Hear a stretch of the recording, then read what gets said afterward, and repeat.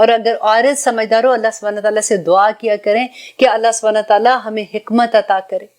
تاکہ ہم بہترین فیصلے کر سکیں، اور فیصلے ہم اپنی مرضی کے نہیں، اللہ سبحانہ تعالیٰ نے جو حکم دیا ہے، احکامات دیے ہیں، اللہ سبحانہ تعالیٰ ہمیں ان کے مطابق فیصلے کرنے کی توفیق عطا کرے۔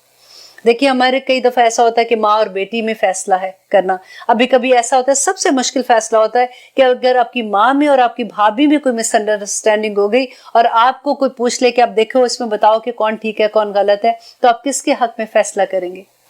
اگر آپ کی دو دوستوں میں کوئی مس انڈرسٹینڈنگ ہوگی، ایک آپ کی کلوز دوست ہے، ایک آپ کا دور کا جاننے والا ہے، ذرا پھر آپ کس کے لیے فیصلہ کریں گے؟ اگر آپ کا بچہ کوئی ایسا کام کر رہا ہے اور دوسرا بچہ جو ہے وہ آپ کا جاننے والا نہیں، پھر آپ کس کا فیصلہ کریں گے؟ تو اللہ سبحانہ تعالیٰ نے یہاں پہ کہا کہ وہ لوگ جو فیصلہ کرتے ہیں وہ کیسے کریں گے کہ اللہ سبحانہ تعالیٰ کے احکامات کے مطابق کریں گے، اور نبی صلی اللہ علیہ وسلم کو کہا وَإِنْ حَكَمْتَ، اور اگر آپ فیصلہ کریں فَاحْكُمْ بَيْنَهُمْ بِالْقِسْطِ، تو انصاف کے ساتھ فیصلہ کریں، اور کیونکہ انصاف اللہ سبحانہ تعالیٰ جو ہے وہ انصاف کرنے والوں کو پسند کرتا ہے۔ اور آگے دیکھیے کہ تعجب کی بات ہے کہ اللہ سبحانہ تعالیٰ کہتے ہیں وَكَيْفَ يُحْكِمُونَكَ، کہ وہ کس طرح منصف بناتے ہیں آپ کو، وَعِندَهُمُ التَّوْرَاةُ، کہ حالانکہ ان کے پاس تو اپنی تورات ہے، اپنی ان کے پاس کتاب ہے، فیہا، اس میں حکم اللہ، کہ اس میں تو اللہ سبحانہ تعالیٰ کے احکامات ہیں۔ تورات میں دیکھیے ایک بات یہاں پہ ایک اور بھی میں آپ سے شیئر کرنا چاہوں گی کہ تورات میں جو اللہ سبحانہ تعالیٰ کے احکامات ہیں، اگر وہ قرآن نے منسوخ نہیں کیے تو ہم وہ بھی احکامات اسی طرح سے ہم پہ نازل ہیں، اسی طرح سے ہم ان کو مانتے ہیں جیسے تورات کے حامل جو تورات رکھنے والے اہل کتاب مانتے ہیں، انلیس کہ قرآن نے اس کو منسوخ کر دیا۔ اب یہاں پہ وہ کیا تھا، جو زنا کے بارے میں کیس آیا تھا تو نبی صلی اللہ علیہ وسلم نے جو فیصلہ کیا تھا رجم کرنے کا، تو وہ تورات کے مطابق ہی فیصلہ دیا تھا نا، اور اسی کا حکم تھا یہ۔ اب یہاں پہ اللہ سبحانہ تعالیٰ جو ان کو کہہ رہے ہیں کہ وہ جب آپ کے پاس آتے ہیں فیصلہ کرانے تو ان کے پاس تو اپنی کتاب ہے تورات، وہ آپ کے پاس کیوں آتے ہیں جبکہ اس میں اللہ کا حکم ہے؟ ثم، پھر یتولون، وہ منہ موڑ لیتے ہیں، من بعد ذلک، اس کے بعد کہ پہلے تو دیکھیے سب سے بڑی بات ہے کہ وہ تو آپ کو نبی ہی نہیں مانتے ہیں، تو وہ آپ کے پاس کیسے فیصلہ کرانے آتے ہیں؟ اور جب فیصلہ کر دیتے ہیں آپ تو پھر منہ موڑ لیتے ہیں۔ ہوا کیا تھا کہ اس زمانے میں بھی جب نبی صلی اللہ علیہ وسلم کے پاس ان کا فیصلہ آیا کہ زنا کا کیس آیا تھا، کیونکہ ان کی کتاب میں تو یہ حکم تھا زنا کا کہ وہ ان کو رجم کرنے کا، تو ان کو یہ تھا کہ اچھا نبی صلی اللہ علیہ وسلم کے پاس جاتے ہیں، یہ اگر کوئی آسان فیصلہ کر دیں گے تو ہم ان کو مان لیں گے، اگر یہ نہیں کریں گے تو پھر ہم ان کو کہیں گے کہ ہم نہیں ان کا فیصلہ مانتے۔ اس زمانے میں انہوں نے رجم کی آیت کو بھی بدل دیا تھا۔ ہوا کیا تھا کہ ایک بادشاہ تھا اس زمانے میں، یا اس کا بچہ تھا، شہزادہ تھا، جو روایت میں ملتا ہے، اس سے کیا ہوا تھا کہ زنا کا کیس آیا کہ اس کو رجم کی سزا جیسے انہوں نے سنانی تھی۔ اب کیونکہ وہ بادشاہ کا بیٹا تھا اس لیے انہوں نے اتنی رشوت دی کہ انہوں نے اس فیصلے کو اس طرح سے بدل دیا کہ ہلکی مار مار کے تو اس کو اس کی سزا بس اتنی سے رکھ رہے ہیں۔ اب ہوا کیا کہ اسی زمانے میں ایک غریب بندہ تھا، اس سے بھی یہ گناہ ہو گیا۔ اب جب اس سے گناہ ہوا تو عدالت میں فیصلہ گیا، انہوں نے رجم کی سزا سنائی۔ انہوں نے یہ کہا کہ رجم کی سزا اگر اس کو دے، سارے لوگ اس کے ساتھ اکٹھے ہو گئے، انہوں نے کہا کہ اگر اس کو آپ رجم کی سزا دیتے ہیں تو پھر ابھی وہ بچہ جس سے بادشاہ کا جو بیٹا تھا شہزادہ، ابھی وہ زندہ ہے، پہلے آپ اس کو سزا دیں۔ تو پھر انہوں نے کیا کیا، سب نے اکٹھے ہو کے یہ فیصلے کے بارے میں فتویٰ ہی نیا نکال دیا کہ اب رجم کی آیت جو ہے اس کو چھوڑ کے، تو اب یہ ہے کہ اگر کسی سے کچھ ایسا ہو جاتا ہے تو اس کے لیے اس کو یہ سزا دی جائے گی کہ اس کو کوڑے مارے جائیں گے، ہلکی مار ماری جائے گی، اور پھر اس کا منہ کالا کر کے تو اس کو پورے شہر میں پھیلایا جائے گا۔ اب جب یہ نبی صلی اللہ علیہ وسلم کے پاس آتے ہیں، آ کے جب یہ فیصلہ کرایا تو نبی صلی اللہ علیہ وسلم نے ان کو رجم کے بتایا، تو انہوں نے انکار کر دیا۔ تو اللہ سبحانہ تعالیٰ کہتے ہیں پہلے یہ پوچھنے آتے ہیں، اس کے بعد یہ انکار کر دیتے ہیں، من بعد ذالک، اس کے بعد وما اولئک، اور نہیں ہے یہ لوگ بالمؤمنین، ایمان لانے والے، یہ مومن ہے ہی نہیں ہے، اس لیے یہ ایسی حرکتیں کریں۔ اور آگے دیکھیے آیت نمبر 44 میں اللہ سبحانہ تعالیٰ کہتے ہیں انا، بے شک ہم نے انزلنا، نازل کیا، اب تورات کو، فیہا، اس میں، ہدن، ہدایت ہے، وہ نور، اور وہ نور ہے۔ دیکھیں تورات جو ہے وہ ہدایت، گائیڈنس ہے، کیونکہ تورات ہے، زبور ہے، انجیل ہے، یہ تمام کتابیں اللہ سبحانہ تعالیٰ کی طرف سے نازل ہوئی ہیں۔ تو اللہ سبحانہ تعالیٰ کہتے ہیں اس میں گائیڈنس ہے، وہ نور، اور اس کے اندر روشنی ہے، یحکمو بہا، کہ فیصلہ کرتے تھے، بہا، ساتھ اس کے، النبیون، نبی، الذین اسلموا، وہ لوگ جو اسلام لائے تھے، جو مسیح ہو گئے تھے۔ اب شروع میں دیکھیں جب حضرت موسیٰ علیہ السلام پہ تورات جب نازل ہوئی تھی تو اس وقت ایسا نہیں تھا کہ یہ لوگ نہیں مانتے تھے، یہ لوگ تو وہ تھے اہل کتاب کے بارے میں ہم نے پڑھا ہے کہ اللہ سبحانہ تعالیٰ نے کہا کہ انی فضلتکم علی العالمین، کہ ان کو تو پورے جہانوں پہ فضیلت دی تھی اللہ سبحانہ تعالیٰ نے۔ اور اللہ سبحانہ تعالیٰ نے یہاں پہ جب ان کی بات کر رہے ہیں، یہ ان کی بڑی تعریف ہے ادھر کہ اللہ سبحانہ تعالیٰ کہتے ہیں کہ یہ جو اس وقت کے نبی سارے تھے وہ اسی تورات سے تو فیصلے کرتے تھے، اور فیصلے کن کے لیے کرتے تھے؟ وَلِلَّذِينَ هَادُوا، ان لوگوں کے لیے جو یہودی بن گئے تھے، وَالرَّبَّانِيُّونَ، اور ربانی رب والے بھی، وَالْأَخْبَارُ، اور علماء جو تھے ان کے وہ بھی اسی تورات کے ساتھ فیصلے کرتے تھے، بما، وجہ اس کے، استحفظوا، کہ وہ محافظ بنائے گئے تھے، من کتاب اللہ، اللہ کی کتاب کے۔ اب یہاں پہ اللہ سبحانہ تعالیٰ ان کی جو تعریف بیان کر رہے ہیں کہ یہ لوگ اس وقت جو فیصلے کرتے تھے وہ اپنی تورات کے مطابق ہی فیصلے کرتے تھے۔ اب دیکھیے کہ ہوا کیا تھا کہ شروع میں تو سارے اسی طرح سے اپنے دین پہ قائم تھے، اور جب سے آدم علیہ السلام سے نبی صلی اللہ علیہ وسلم کے زمانے تک دین تو ایک ہی تھا، ایک ہی اسلام تھا، نام اس کے فرق تھے، لیکن اللہ سبحانہ تعالیٰ